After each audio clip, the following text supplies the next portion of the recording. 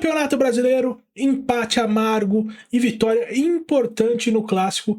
Antes de tudo, se inscreve no canal, curte esse vídeo, compartilha com quem você quiser, dá uma moral que a gente vai falar muito sobre futebol em 2026. Bom, tivemos o jogo entre Curitiba e Fluminense. Um empate que foi amargo para os dois lados, né? O Curitiba com dificuldades de vencer jogos em casa e o Fluminense que empata fora de casa, mas pode deixar o Palmeiras tomar uma distância aí na briga das primeiras posições do Campeonato Brasileiro. Se no contexto geral, um jogo que foi para empate, tá? Eu acho que assim, no finalzinho, talvez até o Fluminense tenha tido uma chance ali com o Kennedy que poderia dar a vitória para a equipe do Fluminense, mas no contexto geral um jogo bem disputado, um jogo até, assim, o primeiro tempo foi bem travado, tem um gol anulado por uma falta, para mim foi falta, tá? O Castilho empurra, óbvio que tem toda uma ensinação do jogador do Curitiba que se joga, cai ali, mas ele empurrou, então assim, tem que ser inteligente quando você tá dentro da área, porque ainda mais hoje em dia em tempo de VAR, qualquer coisa pode parar a jogada.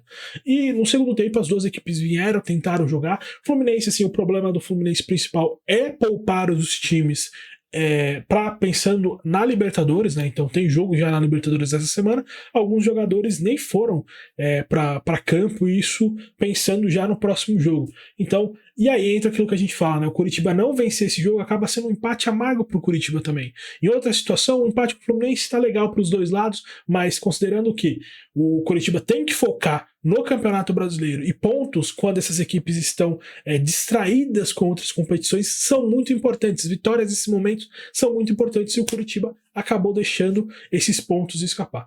Outro jogo da rodada, o clássico entre Vasco e Botafogo, uma vitória importantíssima do Botafogo, uma vitória aí antes de entrar também na Sul-Americana, o Vasco a mesma coisa, num jogo que o primeiro tempo foi travado, mas no primeiro tempo as melhores alternativas, né, as melhores tentativas já foram do Botafogo, só que com tomadas de decisões ruins na parte final, finalização quando a melhor opção era um passe ou um chute fraco. Então, assim, um time que teve as melhores chances no primeiro tempo e acabou se atrapalhando para não fazer os gols. No segundo tempo, o Vasco volta melhor, já perde uma chance muito clara com o Tietê, depois abre o placar com o David, mas em dois vacilos muito grandes, assim, que não pode uma equipe como o Vasco tomar.